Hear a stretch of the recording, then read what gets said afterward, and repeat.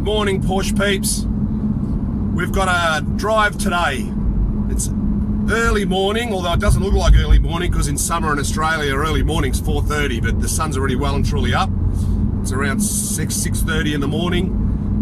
Just heading now to our meeting point. We've got a few cars coming along. It should be an absolutely beautiful day. One of the best parts about the drive is the drive to the drive. That's one of the best parts about the drive.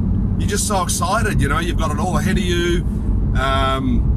You know, it's just this feeling. It's this feeling of freedom, being out on the road with your car, meeting like-minded friends, stopping for a chat in the middle of halfway through the drive, and then you get to the venue. You know, we're all just on the same page. We're all the same around the world. So this drive today is for everyone around the world. We're doing a drive today, but we're sharing the passion with all Porsche owners from around the world to do the same thing. And, you know, I'd love to be able to drive around the whole world with you guys, like meet all these different people from different places and go on drives, and, you know, it'd be incredible. So today we are everyone else that's out there today. That's our group. We're going to have a bit of fun. Just here at the meet point, and we've actually got a few little classic cars that have turned up. I'm sure they're not with us. They certainly won't be able to go around corners like we do. But it's nice to see, you know, this meeting point we use here sometimes. And there's also some motorbikes that are just coming in. So they're probably going to go for a bit of a drive today. And then we got Mr. Raymond Weil there in my rearview mirror. Here he comes. What's he got to have to say for himself? Hello, Frank. How are you, mate? Yes, Raymond Weil. All right, so we've just pulled up. First stop. We've lost half the group. There's always like a fast group and a slow group. Well, when I say fast, I mean normal group and a slow group. And we just sort of pulled up here, and as you can see, we've got a nice group of vehicles there, different shapes and sizes. It's just a beautiful day. We just love this. I'll go through and show you some of these cars.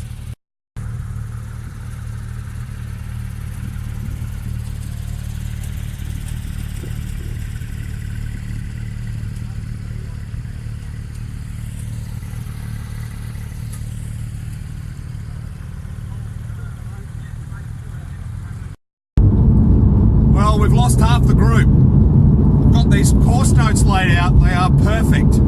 They are perfect. I did the drive last week with my wife in the family Jeep, and I've run through these notes a number of times. And Jeff, if you're watching, apparently you went straight and everyone followed you. So it's okay. You'll find your way there. It's wherever you went. I'm sure it's great. But half the group's disappeared, and we're down to about 10 cars in this group and about another 10 cars or who knows where, but that's all part of the fun. Anyway, I'm going to get back into it because we've got some challenging roads here and we're having an absolute ball today. We've just done a couple of really challenging roads. Beautiful scenery, but the roads themselves, the camber changes and the way the corners just go left, right, you know, it's just incredible how this car, this is the 991 GT3, the way it turns in and the way it holds the line in the corner. With that rear wheel steer, the car just sort of pivots on its side. It's almost like you don't need to use brakes. If you knew the road well enough, which I don't obviously, don't come out here that often, you'd not need brakes. You'd basically allow the vehicle to just take the corner and it just flows around the corner. It's quite an incredible feeling. So these 901 GT3s, they're a great GT3. They're one of the greats. Mind you, they all are, aren't they, really? I mean, I've had a 997 Series 1, which I had for a few years. It was a really hard riding car, but at the same time, it was a very unforgiving car as well. I found it understeered a reasonable amount until I learned not to get on the power too early, and sort of allowed the car to be set up in the corner before I got on the power. And then it's sort of like I'd feel every now and then the back end step out a little bit. That might have had something to do with my semi-bolt tyres as well. It's too cheap to replace them. Eventually I did. But this particular vehicle here, it doesn't actually take anything away from the fact that it's a GT3. I guess the only thing I'm missing is the fact that it hasn't got a manual gearbox. But the PDK is incredible, and you can use it in manual mode by lifting off the throttle changing and then getting back on the throttle. It gives you that sensation of driving a manual. You still get that little kick in the back, but of course I'm not using a clutch. So I'm just kind of like sharing this emotion of having this vehicle out in these roads in these conditions with friends. Even the way the car sits on the road, I can, even now I've got the damper set to comfort, but it's just so planted, and I can feel everything through the steering wheel. If you're ever considering getting a 991 GT3 and you've got any reservations, don't bother. These cars are worth every cent. And if you look at prices of 991 Carrera S's, 991.2 Carrera S and other cars in that range, they're kind of up around the price range now of the GT3, and why would you not have the best? And the GT3 is the best. In fact, some of these are even now cheaper than a GTS 911, which is incredible because the car handles a dream. The engine sounds absolutely incredible. Like I can't even explain how good it sounds at the last 500 RPM up to 9,000. And everything about the car, the brakes, the handling, the stability, the comfort, you know, these are a fantastic car. And the bonus is that Porsche give a 10-year guarantee on the engines. So all of these rumours about engine failures and, you know, things going wrong, the finger followers, yes, there is some truth to it, but Porsche are not skimping. They are replacing the engines, they're replacing anything that needs to be replaced, and they're putting a 10-year guarantee on the engine. So it's a no-risk fun car that holds its value. They look incredible on the road. They're good in the wet or the dry. And all I can say is, my goodness gracious me, I've just had a cracking drive in this vehicle. You know, God bless the engineers that worked on this car, because they've made something that is for the ages. And these cars, although there's a few around, they're a future classic, absolutely guaranteed. What? Oh, we're here now, Frank. How are you, mate? Oh, good, thanks. Yeah, so you have a good drive? Yeah, enjoyed it. Looking forward to our brunch at the Wild Goose today. Yeah, Wild Goose. Yeah, no, I just thought I'd show Frank's got his man bag today. Yeah, Let's see all, your man bag. All fully packed. Super dry. Reading glasses, you know, phone, wallet. And guess all what? the bits and pieces. Guess what? So I got my man bag as well. So we both got our men bags, right? So we got our men bags. We got our Porsche t-shirts on. And then we both got our white, there's my white Porsche over there, and then Frank's white Porsche over here. There's a few white ones. And most people put two and two together and think that maybe it's a Porsche, Porsche Mans, but it's not. Actually, it is. It is a Porsche Mans. It is. It's a Porsche Mans. It's like a bromance for Porsches. That's right. So we're in charge. We got our men bags. We've been trying to get the other guys to get men bags. They kind of like don't want one. I don't know why. I've got my phone in there, 2 sets of glasses, my wallet, keys. What else? House keys. Yeah, sometimes you name it. It's brilliant. So today's top tip: if you haven't got a man bag, get one as soon as you can. They're better than a handbag. In fact, I can't find anything in my man bag. Seriously.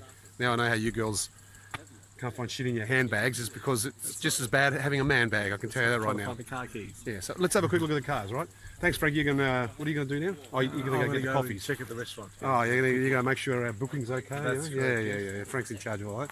So here we got. We lost 2 cars on the way. We lost the beautiful 944S, and that was his first event with us. But he must have taken a wrong turn, and we lost the yellow GT3.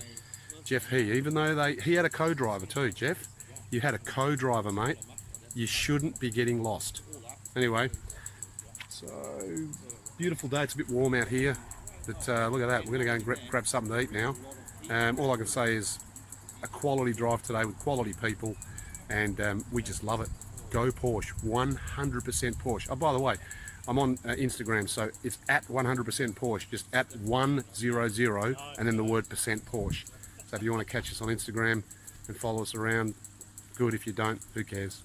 You know, at least you're watching this, right? All right, well, let's go and get something to eat.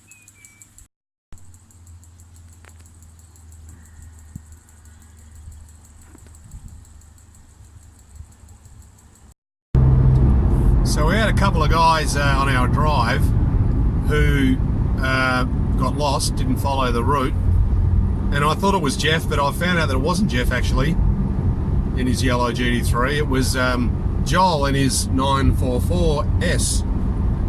So sorry Jeff for berating you earlier, but you still did follow the wrong guy, and I did say the the course notes. If the person in front of you takes a wrong turn, don't follow them. Follow the course notes. But notwithstanding that, kudos to you guys for turning around and actually doing the drive. So you figured it out. You went back and you took the road that you missed, which is a great road, and it all worked out okay. So we're heading back. It's another beautiful drive, probably the last one for the year that we'll be doing officially. We're getting into the end of November and sort of around the Christmas period. But I just wanted to thank everyone who joined us at 100% Porsche Drive days throughout the year. We've had some really amazing adventures, beautiful roads, beautiful scenery, beautiful cars, fantastic drivers, everything within the rules, and I'm just happy that it's all worked out. So, you know, now I just got to figure out how I'm going to get my hands on a manual car. I was just loving my GT3 today, but it is a PDK, and I just think that that I'd like to have a manual. And I mentioned earlier this year about the 2.5 manual Boxster being the next, I wouldn't say big thing, but the next investment. Now, when I say investment, I don't mean that you're going to buy one for X amount of dollars and then it's going to be worth 10 times that. You know, an investment is a car that doesn't lose any value, at the very least. So, and let's all face it, cars lose value. So if you're buying one, and in Australia they're still as cheap as 15,000 if you can find one, 15,000 Australian dollars. So do the sums. It's not going to go down in value unless, I don't know, unless it explodes or something. So, you've got one at the moment here in WA that I've just noticed has been released. It's a white one, 1997 manual. It's got black interior, beautiful car, it's factory condition, 25,000. So that already is, in the space of a couple of 3 months that I've mentioned these, 10 grand more than the market value was back then. So before they actually go out of the stratosphere on price, I'm going to try and get my hands on one as my manual fix. Yes, food for thought. Here comes Toby and his beautiful new blue Boxster 987. Look at this beautiful car, Series 2. Look at this cool number plates, PDK 987. How cool is that? That is an absolutely lovely car for the money. It really is. I reckon that the 987 Series 2, the rear end with the lights, the LED lights, just looks a little tougher. There's just something about the shape of this car at the back which I think looks, better. I'm not saying it's a better car or a worse car, but I just think that the back end of this, and this is not an S, this is the Boxster. So it's the 2.7 or 2.9, sorry, Series 2 with the LED lights, and I love the exhaust as well. It just looks a little bit Lamborghini-ish, that big center exhaust. I think it's in a Murcielago. I reckon this car's a great car. I'd be happy with one of these any day of the week. Have a look at that. That is a good-looking car, good-looking colour. It's got a diffuser at the bottom, even with the roof up. Just looks cracking, eh? Very, very nice car, the 987 Series 2 Boxster. Here comes Frank in his 981 Cayman GTS. Have a look at this beautiful thing. What a spec this car is. It's got the Alcantara full wrap on this one. Absolutely stunning car. Look at it. I mean, I've had a GTS, I had a Boxster GTS, so I know how good they are. Very, very fast car. They reckon the official figures are 0 to 104.2, but I really believe this car is capable of going under 4. I know that sounds incredible, but I've launched my car a number of times, and it felt a lot quicker than 4.2, and it's one of the best sounding Porsches on the road today. It's just got such a throaty, natural growl to it, and the overrun and the pop and crack that it gets. Crackle from the exhaust. But if you're looking at this, at the rear of this, and then compare it to that 987, I'm not like in any way, shape or form saying that this car's an inferior car, because it is very beautiful shape. But there's just something about those 987s, they're quite surprising. Laser. It's going through a radar there. You gotta love those fixed radars, they're incredible. They're saving lives all over the place. Just have a closer look there. I like the smoke glass, they got the smoke glare lights in the back. And Frank's always got his wing up because he thinks it looks tough. It does look tough, Frank. It's a tough car. Makes a good sound too. I've got Frank next to me here. We're playing silly buggers on the freeway. Not doing anything, just basically doing a little bit of this. And he's like, then he does it. You know, the usual thing. The difference between this in our cars on the freeway doing this and us if we were kids playing with our cars on a Hot Wheels track is zero. It's exactly the same because you know what? I don't know, guys just never grow up. I truly believe that the child within me is still there. There he goes, he's got his window down. We're gonna go wash the car. We're gonna wash. Oh, he's looking at the mirror. There he goes, he's gonna go. He's gonna get the boot in. See if we can hear it. Oh, he didn't do it. Oh, went under a tunnel and he didn't do it. He's preoccupied. Maybe he thinks there's a scratch on his windscreen or something he didn't see. He's very fastidious.